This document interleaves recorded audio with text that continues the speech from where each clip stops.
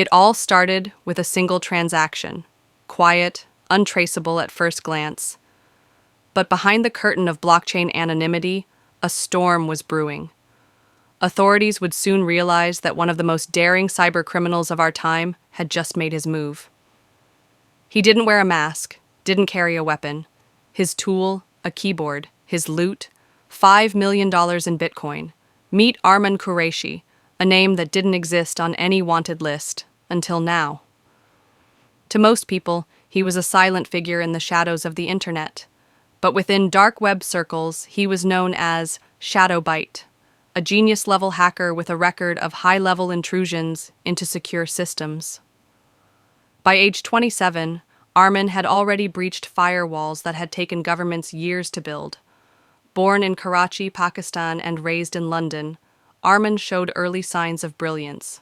At just 14, he was caught bypassing his school's grading system, not for better marks, but simply to prove he could.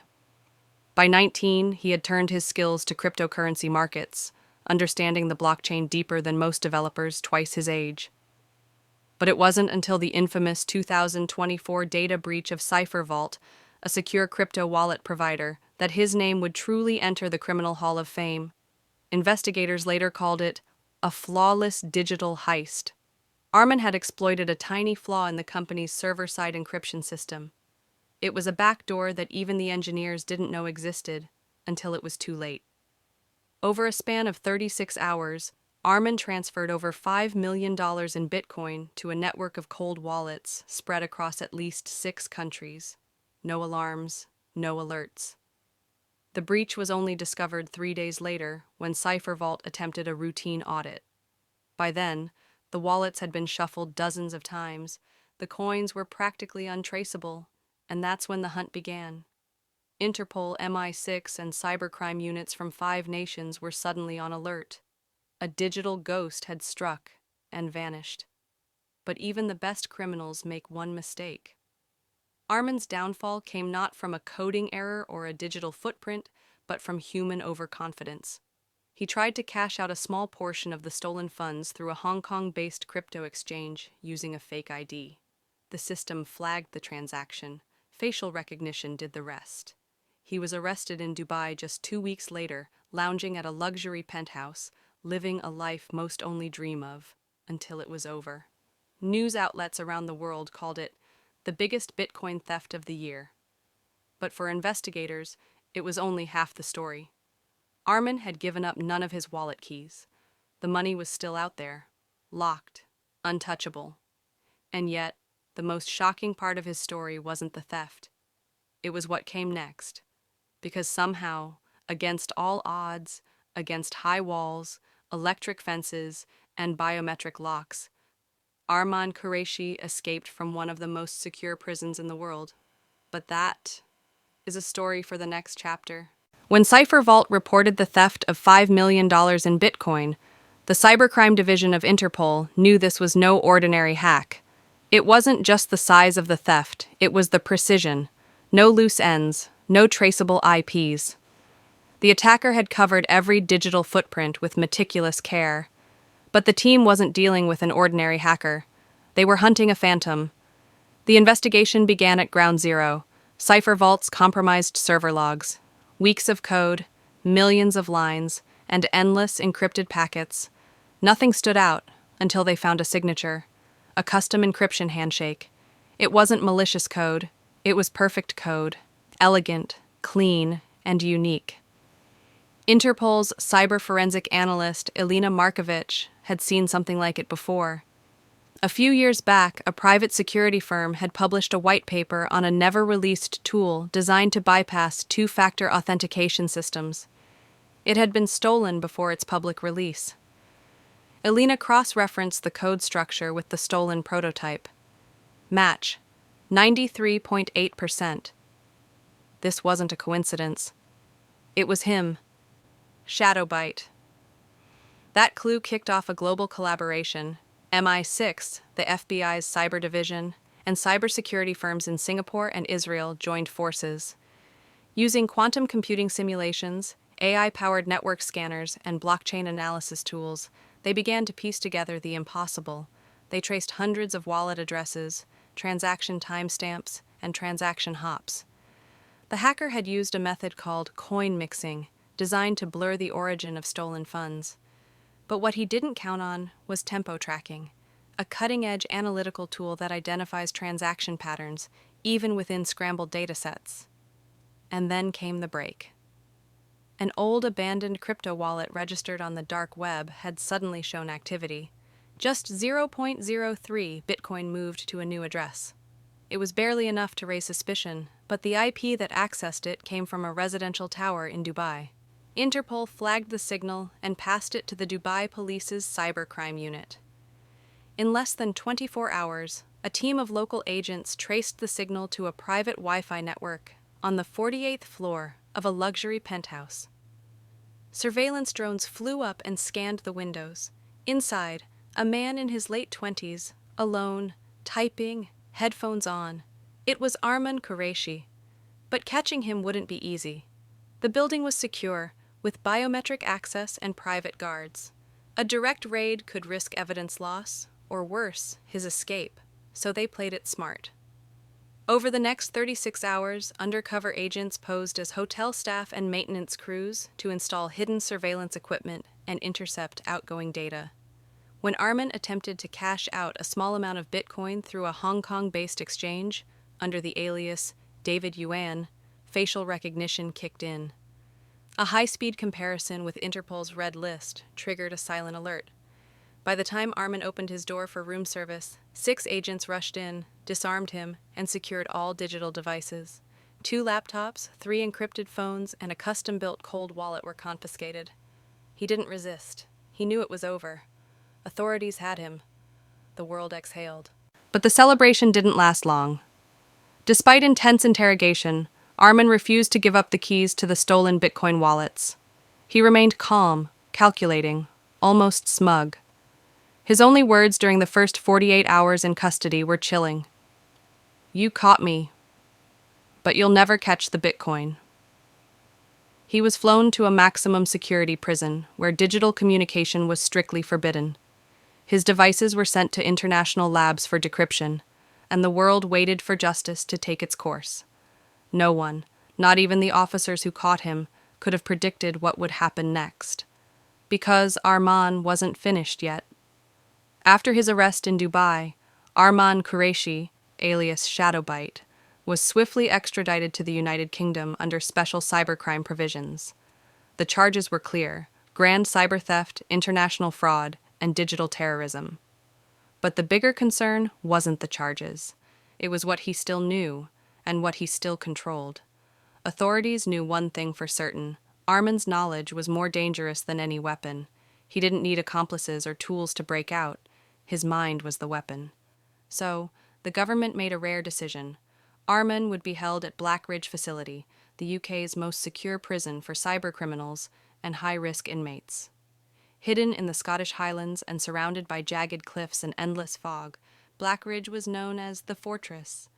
It was originally designed to hold terrorists and rogue intelligence agents, but one wing had recently been converted into a state-of-the-art cyber isolation unit, just for people like Arman. Upon arrival, Arman was processed like any other inmate, but the differences were immediate. Cell 09A became his new home, a 6 by 9 foot room with concrete walls lined with anti-radio frequency insulation designed to block all wireless signals. No windows, no electronics, not even a digital clock, just a metal bed, a toilet, and a surveillance camera monitored 24/7. His every move was logged. Meals were delivered through a triple lock hatch. He was escorted by a 6-man unit every time he left his cell. Even his toilet flushed on a timed schedule, so nothing could be hidden or dismantled. There was no access to books related to technology, no visitors except court-approved legal counsel, and every conversation was monitored and transcribed in real time by AI for suspicious language or coded phrases.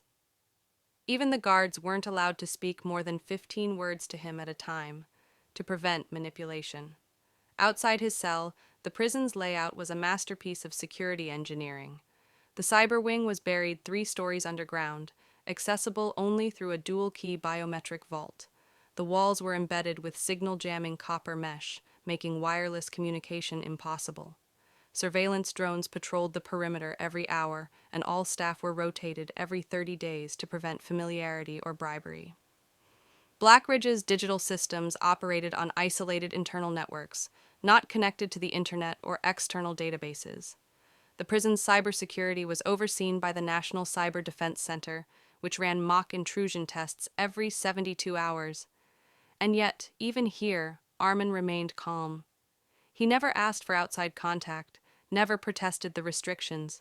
In fact, he appeared to adapt quickly, reading philosophy, sketching complex math patterns on paper, meditating for hours.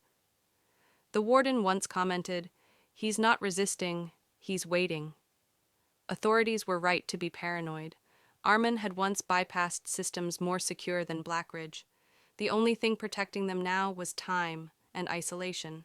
But what no one knew was that Armin had planned for this. Long before the heist, he had built an encrypted failsafe, a hidden message system embedded into a blockchain, waiting to be triggered. Not by him, but by someone else. Someone on the outside. Someone who hadn't been caught. 6 months into his sentence, that failsafe activated. It started with a power fluctuation. Just 1 second. The lights blinked. Backup generators kicked in. Nothing unusual.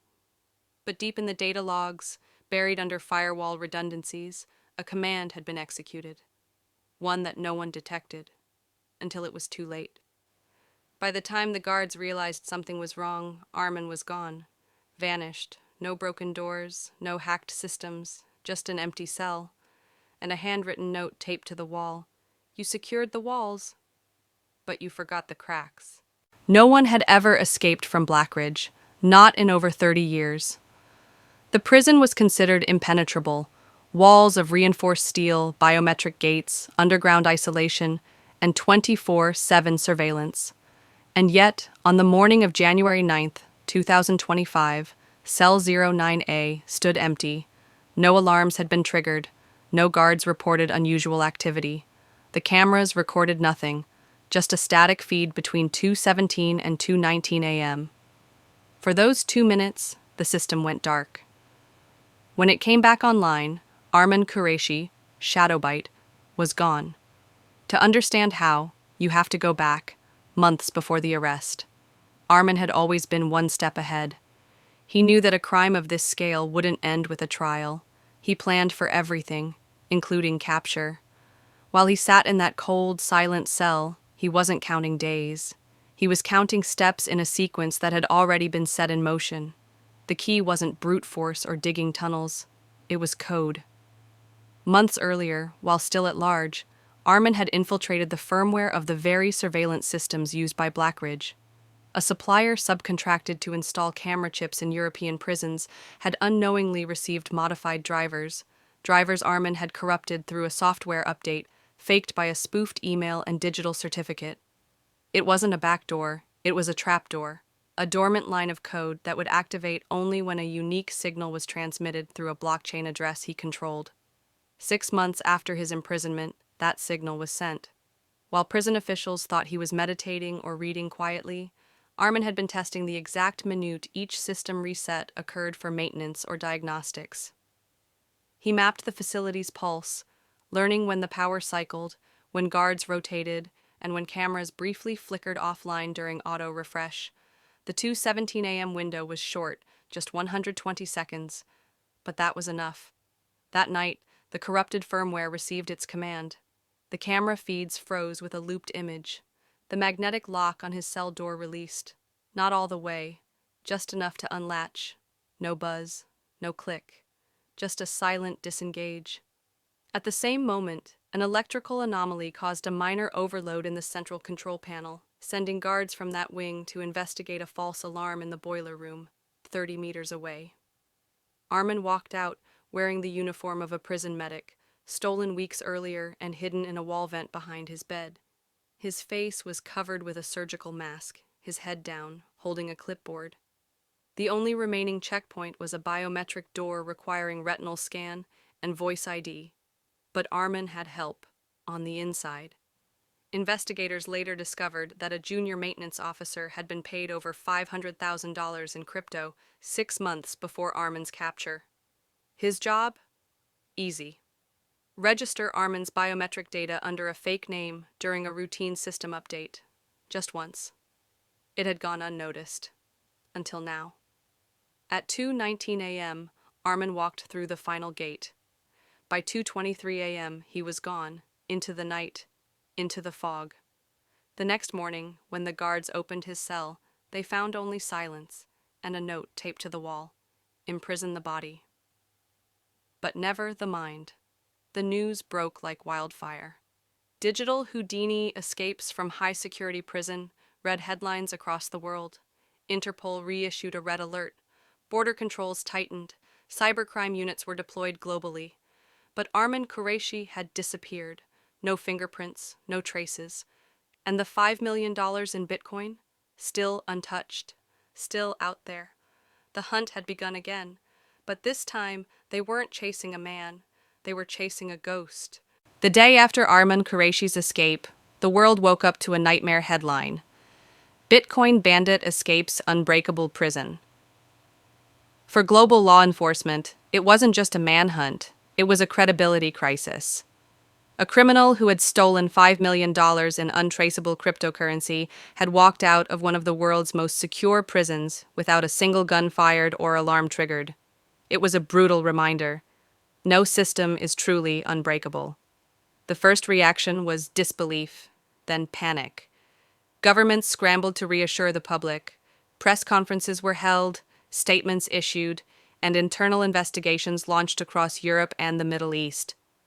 Blackridge Prison was placed under emergency lockdown. Dozens of officers were suspended. The prison's warden resigned within 48 hours. The British Home Office described the escape as an unacceptable breach of national security and vowed full accountability. But behind closed doors, security experts admitted what no one wanted to say publicly. They had underestimated Armin. The escape shook the tech and finance sectors to their core. If the most secure prison couldn't contain a cybercriminal, what hope did private companies have to protect their data? CEOs of crypto exchanges, blockchain firms, and cybersecurity companies called emergency meetings. Some paused operations temporarily. Insurance premiums for digital assets surged overnight. Public trust in digital infrastructure began to wobble. But the biggest shock came weeks later, when it was revealed that Armin had not attempted to access the stolen Bitcoin. Not even one Satoshi. Investigators were puzzled. Why go through all the effort to escape and not touch the fortune? That question haunts authorities to this day. Was it a distraction, a deeper plan, or something still in motion? Interpol upgraded Armin Qureshi to their top 10 most wanted cybercriminals. A $10 million bounty was placed on his capture, dead or alive. Facial recognition software was deployed in airports, train stations, and border points across 90 countries. AI-driven surveillance tools monitored the blockchain, looking for any signs of movement in the stolen coins. But every lead hit a wall. The cold wallets remained untouched. No trace of Armin on CCTV, border records, or digital logs. It was as if he had dissolved into the air. In the meantime, governments worldwide began a massive overhaul of prison cybersecurity. Dozens of facilities were audited. Suppliers were scrutinized, contracts reevaluated. A new wave of digital threat containment protocols was launched, including AI-based behavior tracking for high-risk inmates, hardware isolation zones to eliminate backdoor firmware risks, biometric revalidation cycles every 30 days, live blockchain surveillance units embedded in national cyber agencies. Despite the upgrades, a lingering fear remains, one that echoes through intelligence agencies, courtrooms, and corporate boardrooms. If Armin Qureshi could do this once, could someone else do it again? His story has inspired not just fear, but imitation. In darknet forums, Armin's name is spoken like legend. The man who escaped the digital cage. Conspiracy theories have exploded online. Some claim he's working for a rogue state. Others say he's planning a larger cyber heist. A few believe he never left Blackridge, that his escape was a smokescreen for something even bigger. Whatever the truth may be, one fact is undeniable. Armin Qureshi proved that walls, physical or digital, are only as strong as the minds that build them. And in a world increasingly ruled by data, code, and crypto, that's the kind of truth that keeps people awake at night.